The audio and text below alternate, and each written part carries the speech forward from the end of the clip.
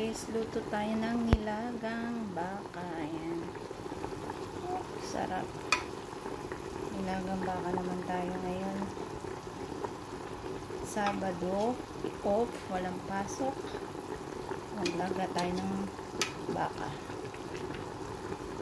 Muna tayo. Oh, sarap. Sarap. Oh, ayan o. May repolyo, pecha yan.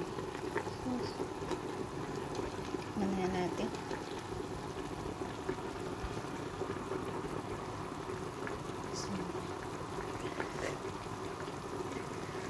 Ang sarap. Sarap nito na may sawsawang patis at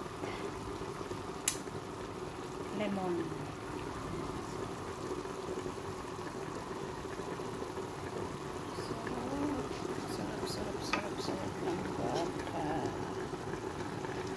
Lambot. Ano tayong baka? Ribs.